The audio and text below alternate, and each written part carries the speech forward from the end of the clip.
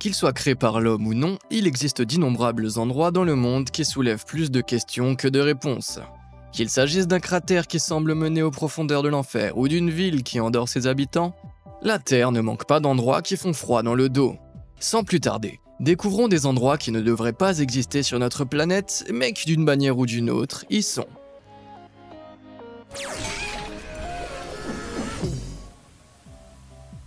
La mine de Centralia.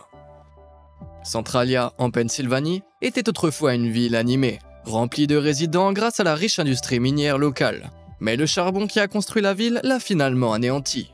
Croyez-le ou non, aujourd'hui, le sol sous la ville fantôme de Centralia est en feu. Pour ceux assez courageux pour la visiter, vous pouvez même voir la fumée s'échapper du sol. Mais comment cela est-il arrivé?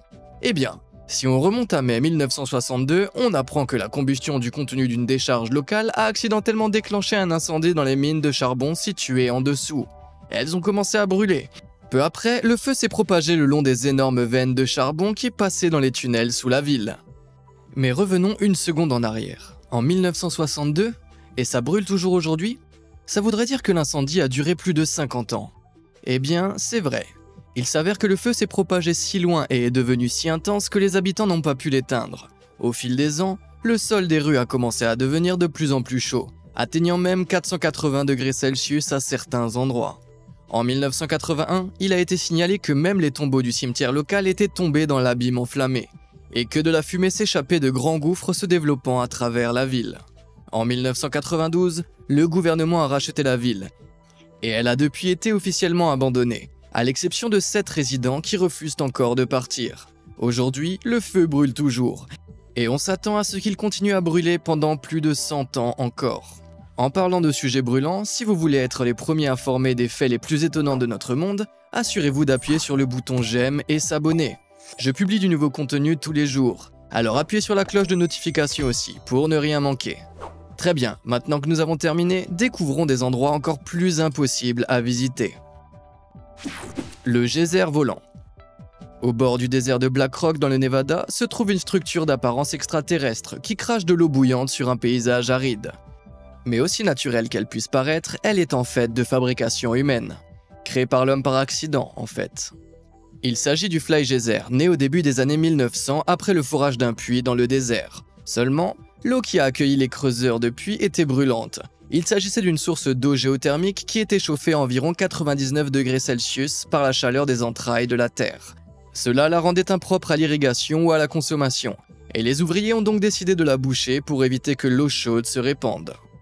Mais en 1964, l'eau a commencé à jaillir de multiples endroits après qu'un deuxième puits ait été creusé à proximité du premier. Ces éruptions ont commencé par une série de petits geysers, mais aujourd'hui, le plus grand d'entre eux mesure environ 1,80 m de haut.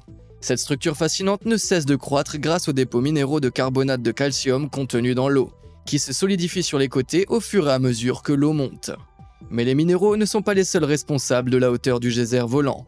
Les stries oranges, vertes et jaunes incroyablement colorées sont en partie dues aux dépôts minéraux, bien qu'une grande partie de la couleur provienne des algues attirées par des conditions chaudes et humides. Si seulement tous les accidents étaient aussi beaux. Göbekli Tepe. Question. Comment nos ancêtres ont-ils créé la société? Selon les experts, ils ont d'abord inventé l'agriculture, puis les bâtiments et les établissements permanents. Et enfin, la religion et la culture ont émergé. Pendant des siècles, ceci a été la recette secrète pour comprendre l'évolution de l'homme primitif. Jusqu'à ce que Göbekli Tepe soit découvert et remette en question toute cette chronologie. À quelques kilomètres de la ville d'Urfa, en Turquie, se trouvent les vestiges de ce vieux temple de 12 000 ans. Comme vous pouvez le voir, de nombreux piliers restants ont des images complexes sculptées, comme ce lion, ou ces vautours, scorpions et quoi que ceci soit. Une sorte de dodo paresseux? Quoi qu'il en soit, les experts pensent qu'il s'agissait d'un temple qui précède d'au moins 6000 ans les structures néolithiques comme Stonehenge. Mais c'est là que ça devient impossible. Il a été construit avant que l'homme ne pratique l'agriculture dans la région. Comment ces anciens peuples auraient-ils pu passer du statut de chasseurs-cueilleurs à celui d'adorateurs dévoués sans avoir franchi l'étape critique de la formation d'établissements pour cultiver leur propre nourriture? N'aurait-il pas été impossible pour une communauté non agraire de disposer du temps et des ressources nécessaires à la réalisation d'un tel projet? Ces questions sont restées sans réponse définitive depuis plus d'une décennie. Les théories suggèrent que Göbekli Tepe soit une sorte de lieu de commémoration cérémonielle, Ou peut-être un site spirituel où les chasseurs dignes de ce nom pouvaient surmonter leur peur des bêtes partageant leur territoire. Les autres théories sont très variées. Certains penseurs alternatifs estimant que le site prouve l'émergence des civilisations bien avant la période estimée actuelle. Mais à votre avis, que signifie Göbekli Tepe pour notre compréhension de l'histoire humaine? Dites-le moi dans les commentaires ci-dessous. Les lumières de Esdalen.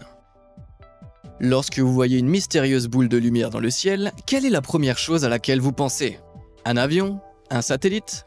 Peut-être même des extraterrestres? Avec toutes ces possibilités en tête, que pensez-vous que cela puisse être?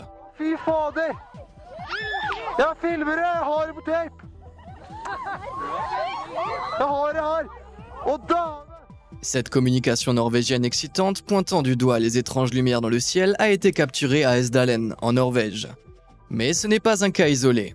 Il y a en fait eu, au fil des ans, des centaines d'observations des dites lumières d'Esdalen. Selon un rapport technique, elles sont premièrement apparues en 1981 et se manifestent sous différentes formes, formations et même vitesses. Après de nombreuses analyses et avec beaucoup d'images à explorer, les chercheurs ont conclu que les lumières ne semblent pas provenir des avions ou des phares de voitures réfléchis. Alors qu'est-ce qui les fait apparaître ici? Eh bien, les scientifiques pensent qu'il pourrait s'agir de cristaux ioniques de Coulomb, un type de matière froide qui se forme à des températures proches du zéro absolu. Ce processus peut émettre une lumière très colorée, mais ce n'est pas le plus inquiétant. Des scientifiques explorant un endroit où les observations sont fréquentes ont constaté une augmentation du niveau de rayonnement provenant des roches situées en dessous. Il est possible que les radiations soient impliquées dans le phénomène, présentant un danger potentiel pour ceux qui tentent d'observer les lumières. Si les radiations sont en cause, et je n'aurais jamais pensé dire ça un jour, espérons que ce sont des extraterrestres après tout. Le lac Karaché. Seriez-vous tenté de faire trempette dans ce magnifique lac? Si vous vous jetez à l'eau, cela pourrait être l'une des dernières choses que vous ferez. En effet, il s'agit du funeste lac Karaché, situé en Russie centrale. Depuis les années 1950, il a servi de décharge pour les déchets radioactifs, avec des effets mortels. La pollution était telle que le lit du lac a dû être recouvert de blocs de béton pour empêcher les particules contaminées de s'infiltrer dans les réserves d'eau souterraines. Mais ce n'est qu'après qu'un nombre alarmant de résidents locaux ont commencé à présenter de graves maladies dues aux radiations. La quantité de déchets toxiques flottant dans les eaux du lac Karaché et s'accumulant sur les rives en fait l'un des endroits les plus pollués du monde. Il a même obtenu le record mondial du Guinness du lac le plus contaminé au monde. Ce n'est sans doute pas une récompense dont on peut être particulièrement fier. Mais je pense que nous avons besoin d'un peu plus de perspective pour comprendre à quel point le lac Karaché est dangereux. La fusion radioactive de Tchernobyl, qui est l'une des pires catastrophes nucléaires de tous les temps, a émis entre 50 millions et 185 millions curies de déchets radioactifs. En comparaison, le lac Karaché a accumulé environ 120 millions curies de radioactivité, ce qui n'est pas minime. Certaines parties du lac sont si radioactives que 30 minutes d'exposition suffisent pour recevoir une dose mortelle de radiation. Donc, à moins qu'une mort agonisante ne soit votre idée d'un vendredi soir agréable, ce lac ne vaut pas la peine de s'y baigner. Les lignes de Nazca. Avez-vous déjà essayé de dessiner les yeux fermés? Il est assez difficile de réussir quelque chose comme ça sans avoir une perspective plus large. Mais cela n'a pas gêné les créateurs des lignes de Nazca. C'est Nazca, et non NASCAR, avant que tous les amateurs de pétrole ne se fassent une fausse idée. Ces formes géométriques géantes, appelées géoglyphes, ont été gravées à une profondeur de 10 à 15 cm dans le désert du Pérou, il y a environ 2500 ans. Vues d'en haut, comme vous pouvez le voir ici, elles sont magnifiques. Mais c'est là que ça devient intéressant. Certains de ces géoglyphes mesurent jusqu'à 365 mètres de long, avec de nombreux traits parfaitement alignés. Alors, comment ont-ils pu créer des images aussi gigantesques avec des lignes aussi parfaitement droites, sans technologie pour regarder leur travail de haut? Ils ne pouvaient pas voler et n'avaient certainement pas de satellite. Alors comment ont-ils pu les dessiner aussi parfaitement? C'est un mystère qui échappe à toute réponse concrète. Au point que dans les années 70, certains penseurs alternatifs ont même postulé que des extraterrestres soient responsables de ces marques. Il est toutefois probable qu'il s'agissait d'une forme de culte au dieu du ciel, souvent interprété comme un appel à la pluie dans les terres arides. Ils ont peut-être utilisé des sculptures de référence et des bâtons reliés par une ficelle pour tracer leur gravure au dieu sur des échelles aussi grandes. Cela ne les rend pas moins impressionnantes, bien sûr. Mais pour faire plaisir à la communauté des amateurs d'ovnis, même s'ils étaient d'origine extraterrestre, pourquoi des petits hommes verts voleraient-ils jusqu'à la Terre, juste pour dessiner des choses comme des singes et des oiseaux dans un désert? Si c'était le cas, Que pensez-vous qu'ils essaieraient de nous dire? Dites-le moi dans les commentaires ci-dessous. La bulle protectrice de la Terre. Préparez-vous à ce que cela ressemble plus à une fiction qu'à de la science. Mais selon la NASA, les humains ont accidentellement créé un bouclier cosmique autour de la Terre en utilisant la technologie radio. Mais avant que vous ne sortiez les chapeaux d'aluminium et que vous commenciez à incendier les tours 5G, décomposons un peu cette découverte étonnante. La NASA pense que les ondes radio de très basse fréquence, ou VLF en anglais, ont créé une bulle défensive autour de la Terre, nous protégeant de certaines particules radioactives flottant dans l'espace. Les VLF semblent exercer une force sur ces particules, les éloignant de la Terre, continuant ainsi à la création d'une bulle de protection pour nous. Vous n'avez peut-être jamais entendu parler des VLF, mais elles sont régulièrement utilisées dans certains types de communication radio. En effet, grâce à leur fréquence ultra basse, elles ont la capacité unique de pénétrer profondément dans les océans, aidant ainsi des véhicules comme les sous-marins à communiquer avec la terre ferme. En outre, elles sont suffisamment puissantes pour voyager loin dans l'environnement spatial qui entoure la Terre et exercer leurs effets, ce qui a pour heureux effet de protéger l'humanité. C'est certainement mieux que le type habituel de surprises inattendues venant de l'espace, comme les astéroïdes apocalyptiques et les extraterrestres férocement passionnés pour le sondage. Volcan de boue. Avez-vous déjà entendu parler d'un volcan de boue? Si cela ressemble à quelque chose que vous pourriez trouver dans les toilettes d'un Taco Bell, la réalité est encore plus grave. Le volcan de boue Sidoarjo est sorti de terre à Java Est en 2006 et continue d'entrer en éruption aujourd'hui encore. Contrairement aux volcans normaux, les volcans de boue ne crachent pas de lave en fusion, mais un mélange beaucoup plus froid de gaz, d'eau et de solide. En général, les volcans de boue se développent lentement. Mais à son apogée, ce flot ininterrompu de saleté crachait plus de 180 000 m3 de boue par jour. Ainsi, en 24 heures seulement, il a craché suffisamment de boue pour remplir 72 fois une piscine olympique. Au fil des ans, ces coulées de boue ont déplacé plus de 40 000 personnes et causé près de 3 milliards de dollars de dégâts et consumé les bâtiments voisins sous des couches de boue. Mais qu'est-ce qui a provoqué une éruption aussi violente? Eh bien, personne n'en est tout à fait sûr, mais la plupart des doigts pointent actuellement vers la compagnie pétrolière et gazière, PT Lapindo Brantas. L'organisation était au milieu d'un projet de forage de gaz à environ 200 mètres de l'éruption, qui aurait rompu les réserves de gaz souterraines, donnant le coup d'envoi au volcan. D'autres pensent que l'éruption a été causée par une accumulation de pression due à un tremblement de terre survenu plusieurs jours auparavant. Quoi qu'il en soit, pouvez-vous imaginer perdre tout ce que vous possédez dans une boue humide, détrempée et puante? La saison des ouragans ressemble presque à une agréable journée d'été. Les arbres de l'enfer. Arachnophobes, couvrez-vous les yeux et les oreilles, car je m'apprête à vous servir une bonne dose de carburant pour cauchemar à 8 pattes. En 2010, des inondations ont dévasté le Pakistan, mais les humains n'ont pas été les seuls à devoir se déplacer. Des millions d'araignées ont été contraintes de quitter leur toile basse et de grimper dans les arbres. Ces arachnides essayaient simplement de survivre, comme tout le monde. Mais en cherchant un abri, elles ont fini par envelopper les arbres d'une toile épaisse, mais étrangement spectaculaire. Si les araignées ont été désignées comme les principales responsables de ces étranges toiles, on pense que de nombreux autres insectes, comme des larves de papillons de nuit, y ont également contribué. Mais le Pakistan n'est pas le seul endroit où cette énigme du cocon a été observée. L'Australie, le pays où presque tout peut vous tuer, a connu une réaction similaire de la part de ces bestioles lors des inondations de 2012 à Wagga Wagga. Vous voyez tous ces trucs qui recouvrent les champs? Ce ne sont pas des filets pour protéger les cultures, ce sont des toiles d'araignées. Ces araignées, de la famille des Linifidae, sont connues pour lâcher des brins de toile dans le vent pour les aider à s'échapper alors qu'elles sont en danger ou qu'elles doivent se déplacer.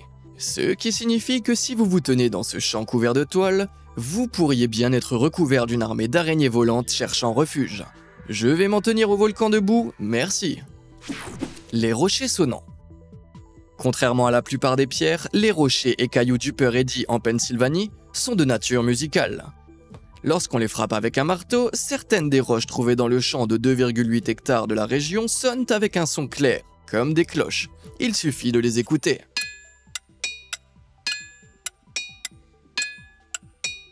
Plutôt bizarre, non? Cela a créé tellement d'intrigues qu'en 1965, un groupe de scientifiques a ouvert plusieurs d'entre elles pour comprendre ce qui les faisait fonctionner, ou plus précisément, sonner. Ils ont découvert que toutes les roches étaient capables de sonner, mais que certaines émettaient des sons si graves qu'ils ne pouvaient être perçus par l'oreille humaine. Selon certaines théories, les propriétés similaires à celles d'une cloche proviennent de processus uniques de congélation et de décongélation qui ont formé les roches. Mais les détails restent entourés de mystères. Quoi qu'il en soit, grâce aux différentes tonalités et fréquences produites par chacune des roches, vous pouvez créer un air musical à partir de ces dernières. Écoutez. Bien qu'il n'y ait pas d'explication solide à la façon dont ces pierres sonores sonnent, elles apportent certainement un nouveau sens à l'expression « concert de rock ». Les escaliers du ciel. J'ai une question pour vous. Comment faire pousser de la nourriture quand on vit sur le flanc d'une montagne? Voici une réponse très créative. Mais si elle ressemble à une œuvre d'art, il s'agit en fait d'une photo et non d'une peinture. Ce sont les rizières en terrasse du comté de Yangyang, en Chine, qui abritent un type d'agriculture introduit dans la région il y a environ 2500 ans par le peuple Han. Souvent décrite comme les escaliers du ciel, la coupe de terrasse atteint environ 1980 mètres au-dessus du niveau de la mer. C'est une solution ingénieuse qui a transformé le terrain accidenté des montagnes en terre fertile, en découpant des rizières individuelles en plusieurs couches. Une fois le riz planté, ces terrasses sont inondées pour inciter la croissance du riz. Au fur et à mesure que le riz mûrit, les agriculteurs abaissent le niveau de l'eau en le relâchant sur les terrasses situées en contrebas. Lorsqu'il est temps de récolter le riz, les agriculteurs drainent complètement une terrasse en retirant certaines parties des barrières, laissant l'eau s'écouler de la terrasse supérieure vers la terrasse inférieure. Si vous voulez mon avis, cela ressemble à une recette pour le toboggan aquatique ultime. La ville endormie. Pendant plusieurs années, les habitants de Kalachi, un village du Kazakhstan, ont été frappés par une maladie terrifiante et mystérieuse. Les habitants de Kalachi s'endormaient soudainement et restaient inconscients pendant des jours. Et à partir de 2012, les résidents ont commencé à présenter cette maladie inhabituelle, et beaucoup ont également signalé de graves hallucinations et pertes de mémoire. Au cours de plusieurs mois, des centaines de personnes ont été victimes de ce fléau impossible, et même un chat local a commencé à souffrir de la maladie du sommeil. Le phénomène est devenu un tel problème que la police et les autorités locales ont été obligées d'enquêter. S'agissait-il d'une nouvelle forme de drogue? L'eau avait-elle été empoisonnée? Peut-être s'agissait-il d'une sorte d'arme biologique. Les tests effectués dans la région se révélant négatifs les uns après les autres, y compris les tests de radioactivité. Les scientifiques se sont creusé la tête pour trouver une explication avant de tomber sur une piste importante. Les analyses de sang des personnes atteintes de la maladie ont révélé des concentrations de monoxyde de carbone supérieures à la normale, ce qui entravait l'apport d'oxygène aux organes vitaux comme le cerveau. C'est alors que le gouvernement a commencé à pointer du doigt une mine d'uranium abandonnée située à proximité, qui aurait laissé échapper des niveaux élevés de monoxyde de carbone et empoisonné la ville. Si beaucoup ont accepté cette explication, les scientifiques n'ont pas tardé à pointer du doigt les failles de cette théorie. Les mines étaient inactives depuis le début des années 90, et le monoxyde de carbone est généralement le produit d'une combustion. Plus important encore, pourquoi la maladie du sommeil ne touche-t-elle les gens que maintenant, 2 décennies après la fermeture de la mine? Cette question primordiale étant restée pour l'essentiel sans réponse. La maladie du sommeil de ce village reste encore une sorte d'anomalie. Peut-être que si nous dormons dessus, nous trouverons une solution. Le volcan bleu. Le jour, le sommet du volcan Kawaïjen à Java, en Indonésie, ressemble à n'importe quel autre cratère de volcan actif. Mais la nuit, quelque chose d'incroyable se produit. La montagne s'anime de flammes bleues, que l'on trouve généralement au sommet à 2800 mètres au-dessus du niveau de la mer. Bien que l'on ait l'impression que la lave bleue jaillit du sommet, ce qui se passe réellement est tout aussi incroyable. Cette flamme énigmatique apparaît parce que le volcan Kawaïjen possède d'énormes réserves de soufre sous forme gazeuse, liquide et solide. Lorsque les poches de gaz s'échappent des fissures et des évents sur le flanc du volcan, elles rentrent en contact avec l'oxygène de l'atmosphère et sont enflammées par la chaleur du volcan.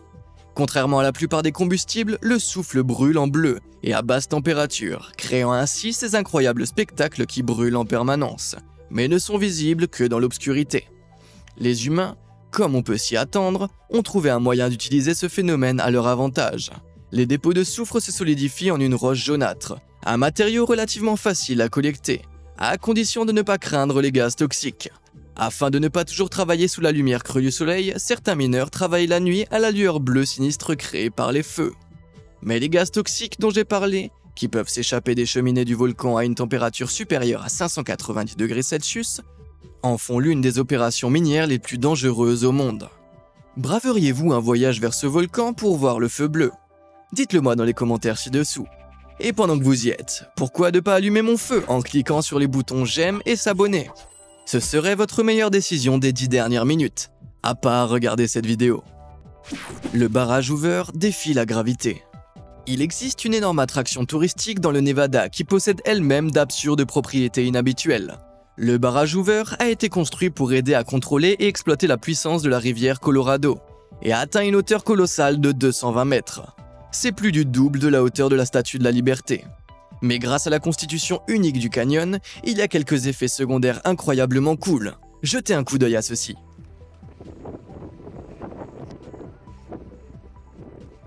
C'est vrai, l'eau de cette bouteille s'est envolée. Alors, est-ce que le barrage Hoover a une technologie secrète d'antigravité en fonctionnement? Pas tout à fait. La structure en entonnoir du barrage dirige le vent dans un fort courant ascendant qui est assez puissant pour souffler l'eau vers le haut, donnant l'impression que le liquide défie la gravité.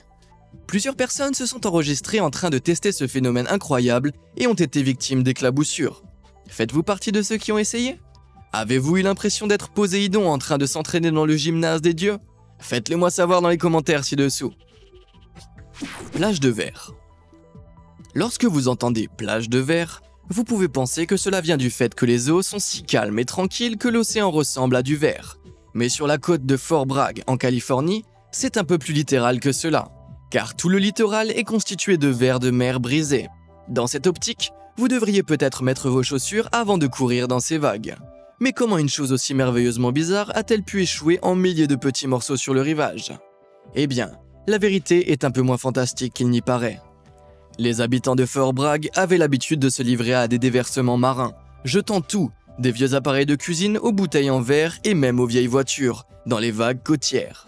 Les années passées, dans les vagues, on brisait de nombreux morceaux de verre, le transformant en pierres délicieusement colorées et lissées. Mais ce n'est pas la seule plage de ce type. La baie d'Ussuri en Russie a une histoire similaire, car elle était autrefois un site de décharge de verre et d'autres déchets. Mais comme vous pouvez le voir, le roulement des vagues a transformé tous ces déchets en un littoral scintillant de couleurs le long des plages de Vladivostok. Il ne nous reste plus qu'à trouver le moyen de transformer ce genre de décharge en merveille scintillante. Je pense que cela va demander encore un petit peu de travail. La porte de l'enfer. En regardant le désert aride du Turkménistan, la dernière chose que l'on s'attend à voir est un énorme cratère béant rempli de feu. Et pourtant, le cratère ardent de Davarza, également appelé la porte de l'enfer, est un véritable cauchemar qui semble avoir été creusé directement dans le paysage calme du désert. S'agit-il vraiment d'une porte vers les fosses brûlantes de l'enfer? Heureusement, ce n'est pas le cas, car vous pouvez voir qu'elle n'a qu'une profondeur de 30 mètres. Mais il y a une histoire intéressante.